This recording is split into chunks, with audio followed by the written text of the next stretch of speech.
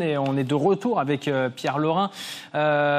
Pierre, je vous disais tout à l'heure de rester avec nous, puisqu'on vient donc de l'apprendre, cette invitation de Joe Biden à son homologue ukrainien, le président américain, qui se dit impatient de recevoir Volodymyr Zelensky à la Maison-Blanche cet été.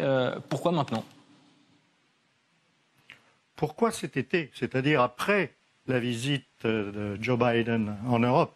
Il aurait pu trouver le moyen de rencontrer Zelensky dans un lieu neutre, peut-être même à Genève, un peu avant Vladimir Poutine, ou dans un autre endroit, peu importe. En tout cas, ce qui est très clair, c'est que Joe Biden a une priorité en arrivant en Europe, c'est mettre les choses à plat et surtout essayer de réamorcer un dialogue avec la Russie.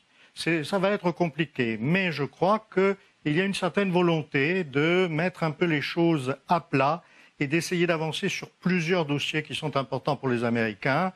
Le désarmement, le contrôle des armements nucléaires. Il y a une chose qui a été émise lors de la rencontre entre les ministres des Affaires étrangères russes et américains, Sergei Lavrov et Anthony Blinken, c'est la question de l'Afghanistan. Les Américains se retirent d'Afghanistan, il faut qu'il y ait tout de même, qu'il reste quelque chose, de manière à ce que la situation là-bas ne tourne pas à une nouvelle guerre très chaude.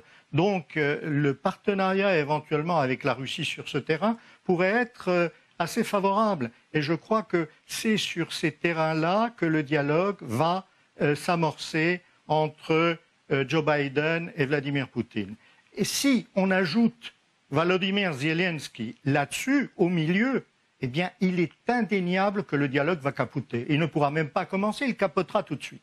Donc, de là, l'invitation pour ménager un peu les sensibilités ukrainiennes, l'invitation de Zelensky à Washington cet été.